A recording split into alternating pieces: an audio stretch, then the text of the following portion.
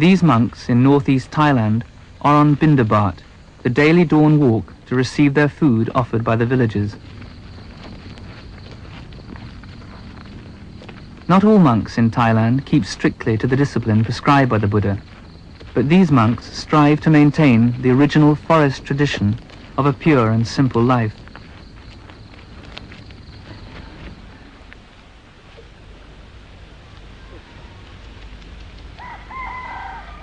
They're not allowed to possess money, nor grow their own food. This ensures their total dependence on the lay community, so they can't cut themselves off in a spiritual cocoon.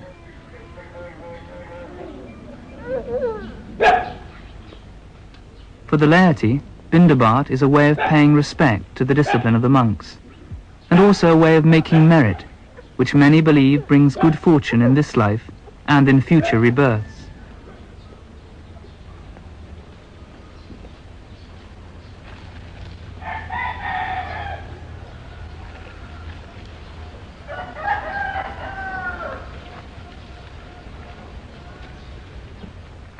About 50 monks and novices live at Wat Bapong, ranging from 13 years old to 70.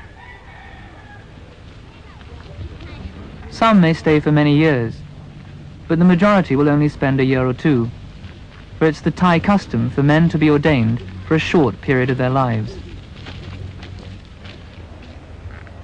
After returning from Bindabat, the monks eat their only meal of the day, which consists mainly of rice and vegetables. The day began at 3 a.m. with chanting, meditation, general chores and duties. It's now about 8:30. Until this time tomorrow, they'll consume only liquids.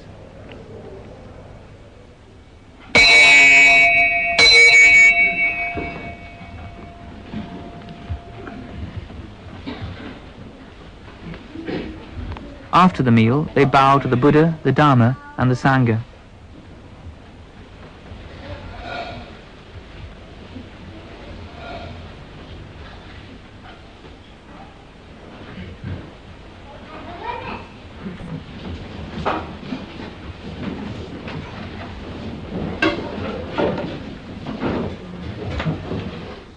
The abbot, the venerable Ajahn Chah, has been in robes for 50 years. อยู่ในป่าเลยอยู่ในป่าต่างอยู่ในเมือง Here in the forest, you can learn to be in harmony with the way things are in nature. อยู่ในป่าเป็นปกติ You can live happily and peacefully. สบายสงบเห็นธรรมชาติมันเกิดขึ้นแล้ว Here, a monk is able to contemplate the nature of things. As he looks around him, he understands that all forms of life degenerate and eventually die. Nothing that exists is permanent. And when he understands this, he begins to become calm and serene. จิตก็สบายขึ้น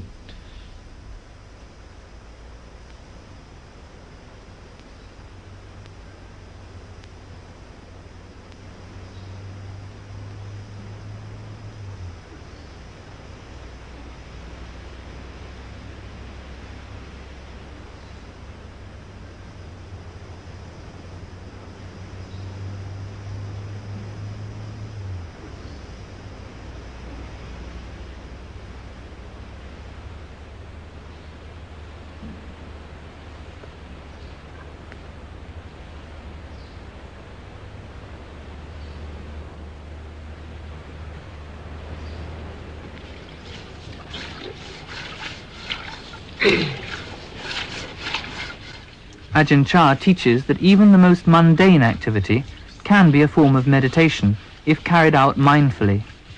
Much of the day is spent making and maintaining their few basic possessions. Meditation can eventually become a constant practice. วิธีธรรมของวัดหนองประพงนั้น Monks are trained to be content with little, to eat only what they need, to sleep only when necessary, to be satisfied with what they have. This is the foundation for Buddhist meditation. เป็นเครื่องอุปกรณ์ที่จะปฏิบัติเท่านั้น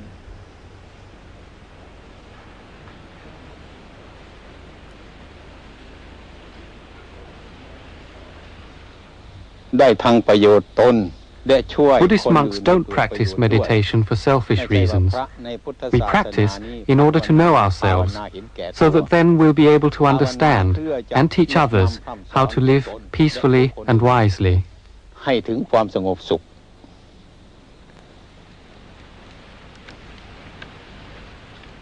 This monk has been ordained for 15 years. He's respected not only for his skill in meditation, but also for his practical skills, his consistent mindfulness.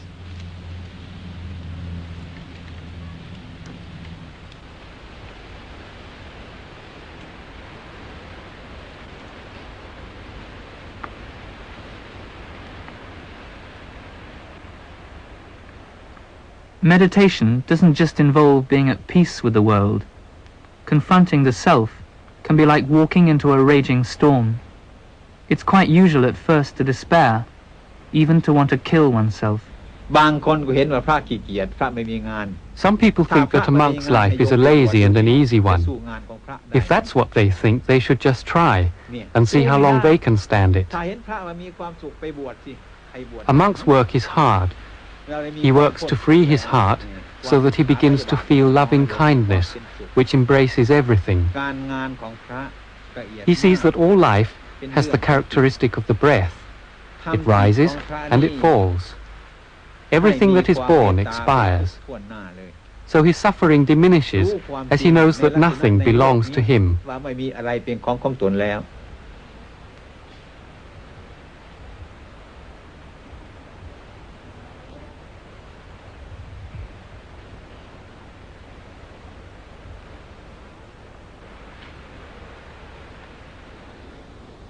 This novice is 14. He comes from a local village and has been in the monastery for several months. What's the hardest thing about being a novice? Being a novice isn't difficult, but being in the world is very hard. Why is that?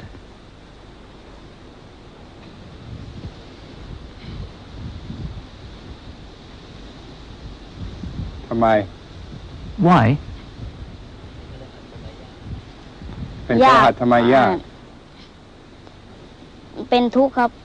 Because there's a lot of problems involved in looking after buffaloes.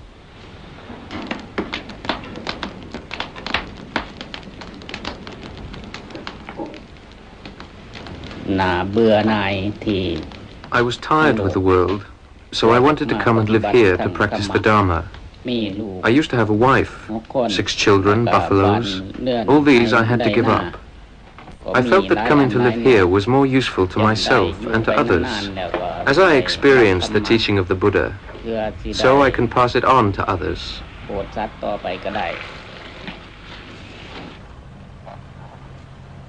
Discipline is a crucial part of the experience. The 227 rules which a monk has to observe are not ends in themselves, but stepping stones towards mental resolve. Shaving the head is a symbol of the renunciation of the world. This monk from London is one of several Western monks here. The life is very simple, daily life is very simple. And that if you look at the rules, they all seem very complicated. Which seems a bit of a contradiction. But in actual fact, they two work together, because simplicity also involves always coming down into the moment which you're in. Which simplicity helps you do that. And then the complication of the rules helps you do that more, because you always have to be recollecting what you're doing.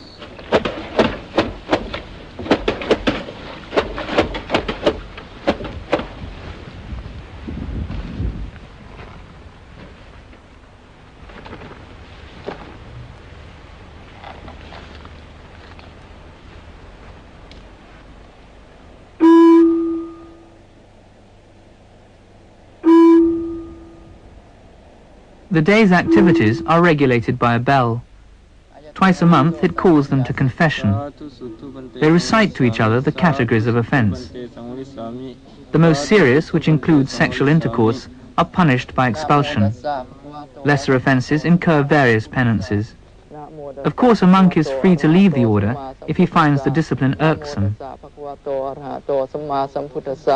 กับผมขอรวบรวมอาบัติทั้งหลายทั้งปวงที่สมควรแสดงที่สมควรเทศนามาแสดงต่อท่านถ้าผมได้ล่วงในสิกขาบทใดก็เป็นนั้นว่าแสดงในสิกขาบทนั้นถ้าหากว่าไม่ได้ล่วงเกินในสิกขาบทใดก็เป็นนั้นว่าไม่ได้แสดงชีวิตของพระคือว่าเป็นชีวิตที่ A monk learns to challenge his moods. Our aim is to become aware of everything that passes through our minds, knowing the greed, hatred, delusion. We watch these feelings, but we don't cling to them and follow them. We just watch them come and go.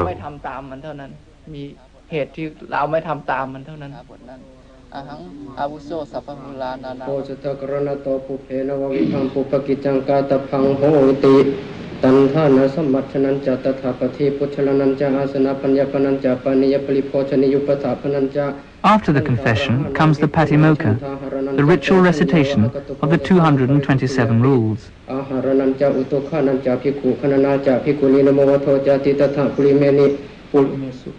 Occasional prompting is sometimes necessary.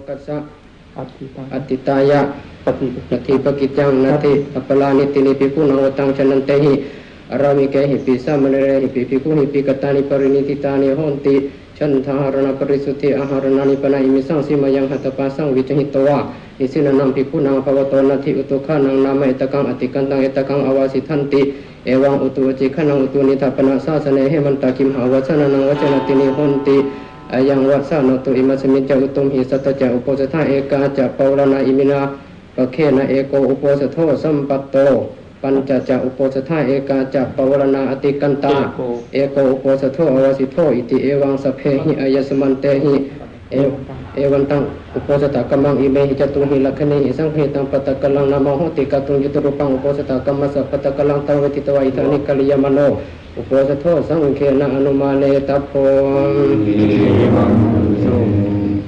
Upakarana Upacican, Samadhisawa, Natani, Natati, Sankata, Numatiya, Patumo, Panguteti, Tunati, Kanankaromi, Akadamatarankaro, Namo Bhagavato Arahato Samma Sambuddhassa Namo Tassa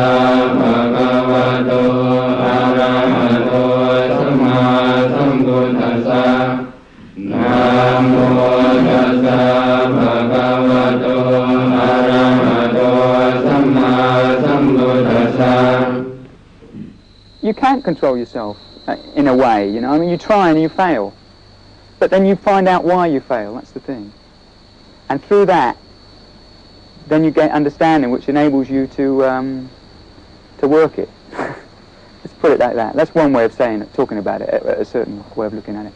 So it's a question of becoming aware of feelings, right, it's not hatred, running lust, away. Or whatever. Right, I mean, you've got to look right at them, confront them all, and through that, then you can do it. But if you just push them away, I mean, that's happened. People have done that, and they've ended up going crazy, you know, because we're not trying to be anybody special or anything. So these rules aren't leading us on to sainthood or something like that. It's not the idea.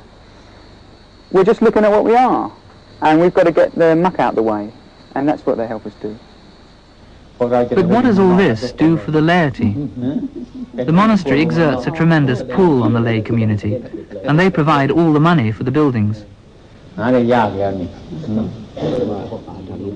This man used to be a village spirit priest, but now in response to Ajahn Chah's teaching, he's turned his back on spirit beliefs, and he's now revered because he walks without fear through forests others believe are spirit-haunted. In Thailand, Buddhist practice is often blended with pre-Buddhist beliefs. Many villagers make offerings to guardian spirits, whose powers they're fearful of. But coming to the monastery, they leave all this behind. Ajahn Chah tries to discourage all forms of superstition, which includes people asking him to divine winning lottery numbers.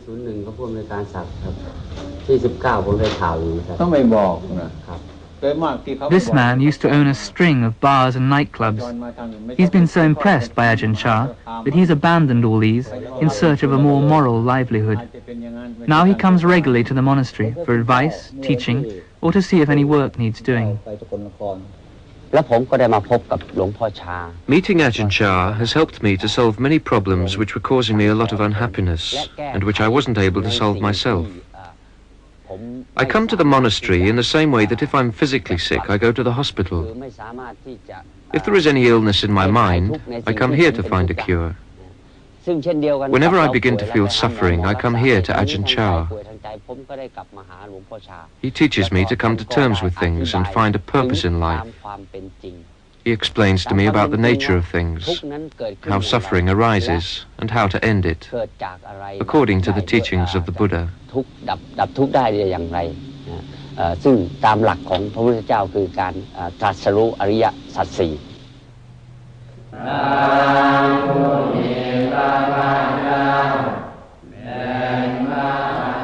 Four times a month, on Buddhist Sabbath days, the local community congregate at the monastery. Some travel from afar to hear Ajahn Chah's discourse. The day begins with chanting.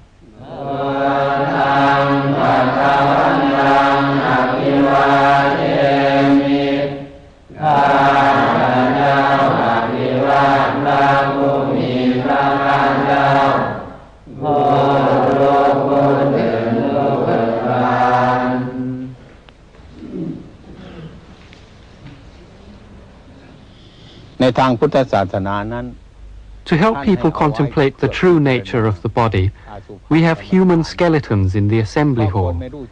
Because when one doesn't understand death, life is very confusing.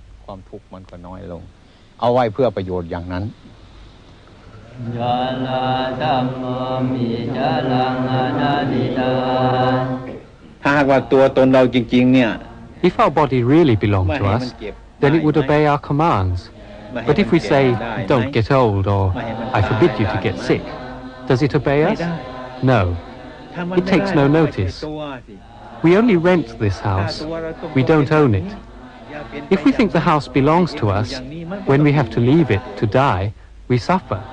In reality, there is no such thing as a self.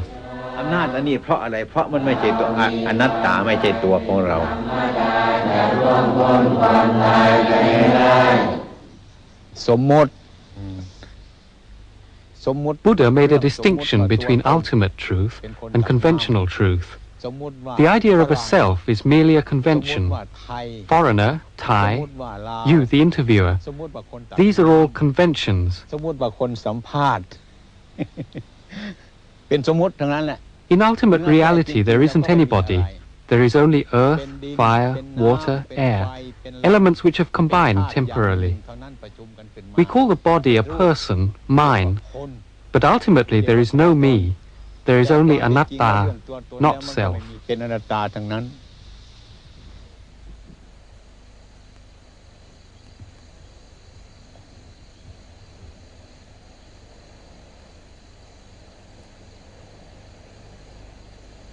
Some of the lay community will sit up all night meditating on these themes with the monks. For a brief period, they are inspired and uplifted and become one with the spiritual struggle of the monks. To understand anatta, not self, you have to meditate. If you only intellectualize about it, your head will explode. Once you understand anatta, then the burden of life is gone. Your normal daily life with your family, your work, all will be much easier. You'll be at peace with the world.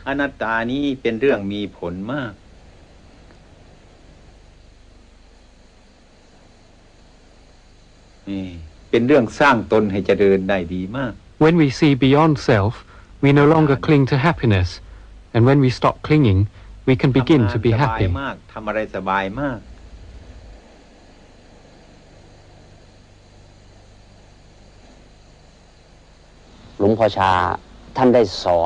Before I came here, I was like a boat without a rudder.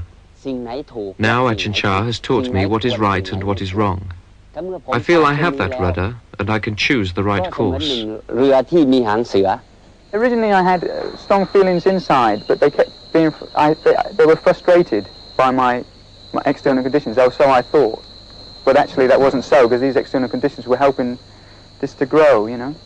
And I feel that now is about the first time that I really feel I got a whole view of things, if you see what I mean, in the right perspective that I wanted it for myself, from this inner kind of feeling I had, which sometimes I thought was all wrong, and because it wouldn't fit in with the outer life, you know, and this kind of thing. And now I feel that things have come together in the right way, Before they've come together, but never so right, I would say. So that's not to say everything's all right, by any means, but things, I feel right about things, basically, you know. solid inside about things. ถ้าห่วงก็ไปนิพพานไม่ได้เลยสิ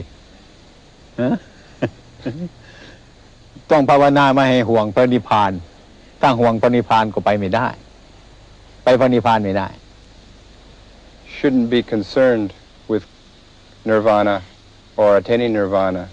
If you are, then that in itself will prevent you from gaining nirvana. So what should a monk's main concern be?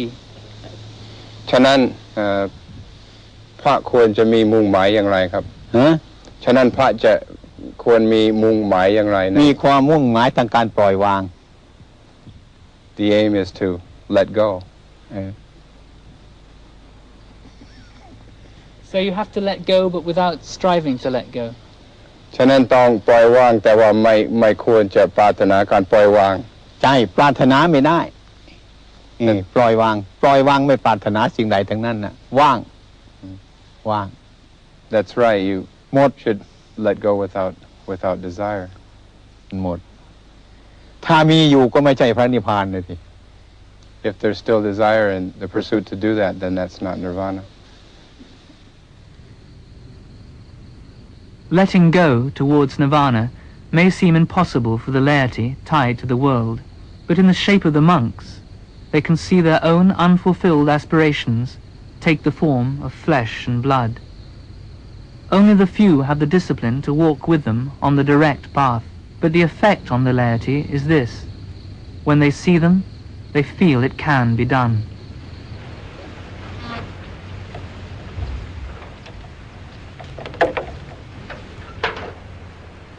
วัดป่า So the laity give the monks food for the body, and the monks give the laity food for the mind and heart, so that they can understand the cause of unhappiness and know why things are as they are. ให้มีความเห็นชอบ